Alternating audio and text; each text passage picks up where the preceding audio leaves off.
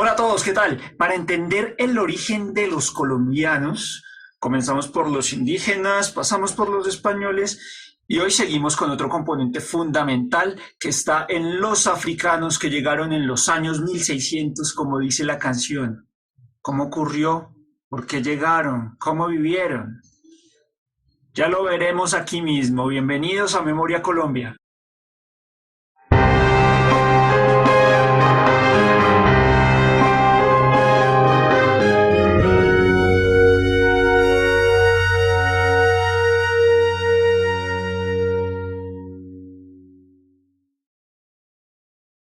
La esclavitud, como dicen por ahí, es más vieja que la panela. Tendríamos que remontarnos hasta miles de años atrás, en la Edad Antigua, en la que generalmente, por el proceso de guerras, vencidos y victoriosos, los sometidos eran condenados a ser esclavos de los que ganaban.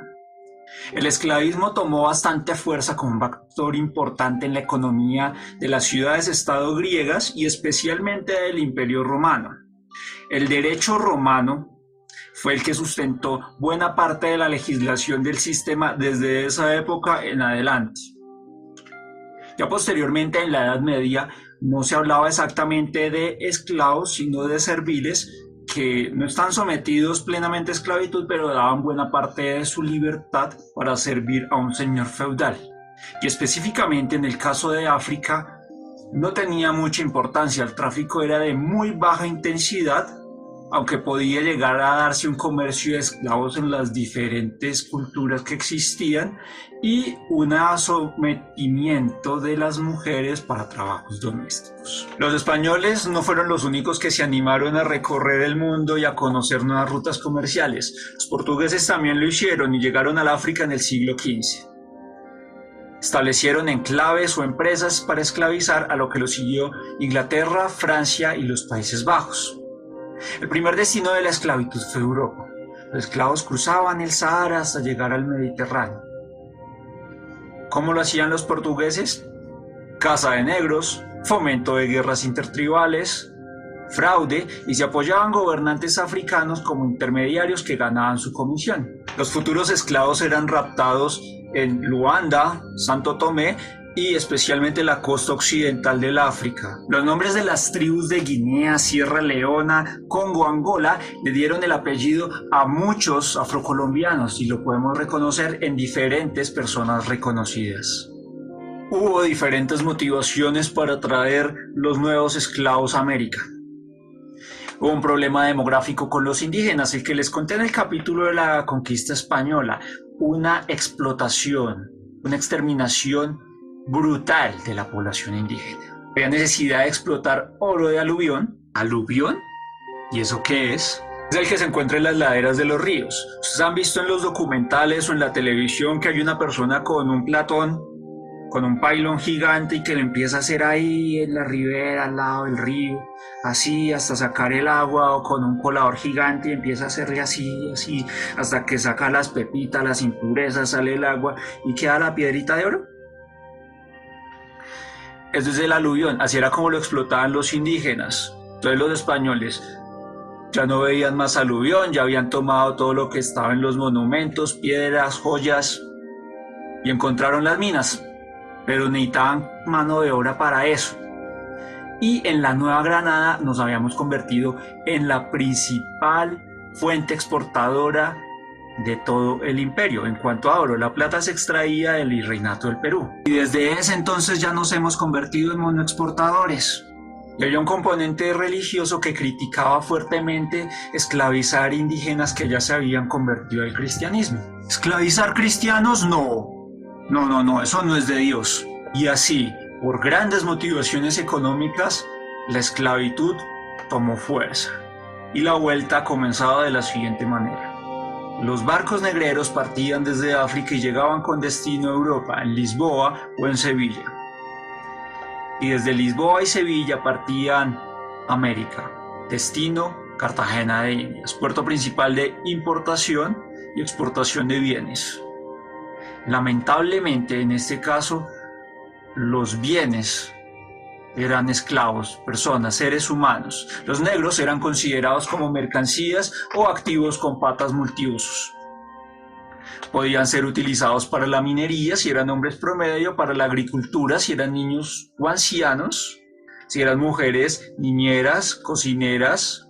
En caso general, podían ser artesanos. Muchos esclavos provenían de culturas africanas con unos desarrollos significativos, eran muy buenos para laborar y también tenían un valor musical, artístico bastante sorprendente. También podían ser utilizados para respaldar hipotecas, pagar sobornos a las autoridades. No era necesario con 50.000 razones, solo bastaba con 3 razones bien vigorosas y que midieran un 80.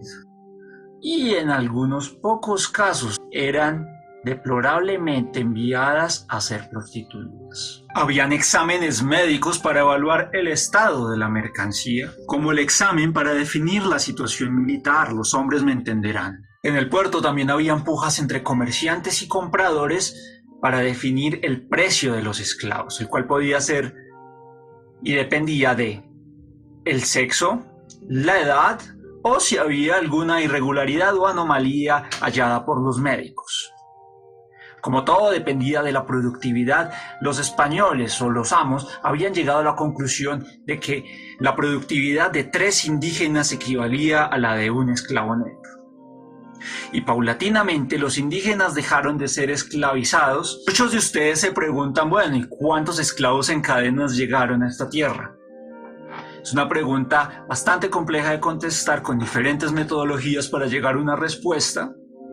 Algunos han revisado registros oficiales, otros comparan el peso promedio de los esclavos con respecto a la capacidad de tonelaje de los barcos y el número de viajes. Lo que más dificulta el cálculo ha sido el contrabando y el tráfico ilegal de esclavos. América se convirtió en el gran mercado de la esclavitud en el que se volcaron por varios siglos entre 10 y 15 millones de africanos. Lo que llevó a que los esclavos negros, los antepasados de nuestros afrocolombianos, estuvieran en lo más bajo de la escala social, la barra de Urania. Los esclavos legalmente solo podían obtener su libertad por voluntad de sus amos, que en algunos casos emanciparon a sus hijos, pero era un proceso larguísimo de muchísimos años. Y el esclavo en algunos casos también se encariñaba con sus amos y no los quería dejar. Y se siguió complicando mucho más cuando los mestizos también se animaron a invertir en el negocio de la esclavitud, porque daba hasta rentabilidades del 900%. Y eso arraigó mucho más la estructura de la esclavitud dentro de la sociedad colonial. Por ello, muchos esclavos tomaron la decisión con su propia fuerza y con su propia valentía y con sus propias manos de ir a por la libertad. Y fueron en rebelión abierta y huyeron para formar diversos palenques como el de San Basilio, a pesar de que sufrieron una violenta represión, en la que eran condenados hasta a recibir 100 o miles de azotes hasta morir. En algunos casos se resignaron las autoridades y los mismos amos por irlos a rescatar, porque esos esclavos que estaban allí en los palenques ya no eran rentables y perdían bastante valor de compra. O incluso las autoridades les reconocían unas porciones de tierra para que pudieran habitar y pudieran convivir. Los afrocolombianos tienen una particularidad y es que ellos no quisieron venir. Fue la economía la que lo quiso. Ellos no venían por la tierra prometida y lograron su libertad oficialmente hasta que a mediados del siglo XIX, en el momento en que la rentabilidad de la esclavitud decayó. Y como no solo de pan y de redes sociales vive el hombre, en la descripción encontrarás artículos recomendados y las fuentes que utilicé para este episodio. Si te gustó el video, compártelo. Dale clic al pulgar arriba y suscríbete al canal. Y también dale tilín a la campana para que veas la notificación de un nuevo video.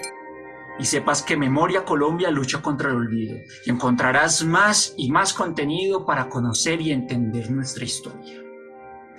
Hasta pronto.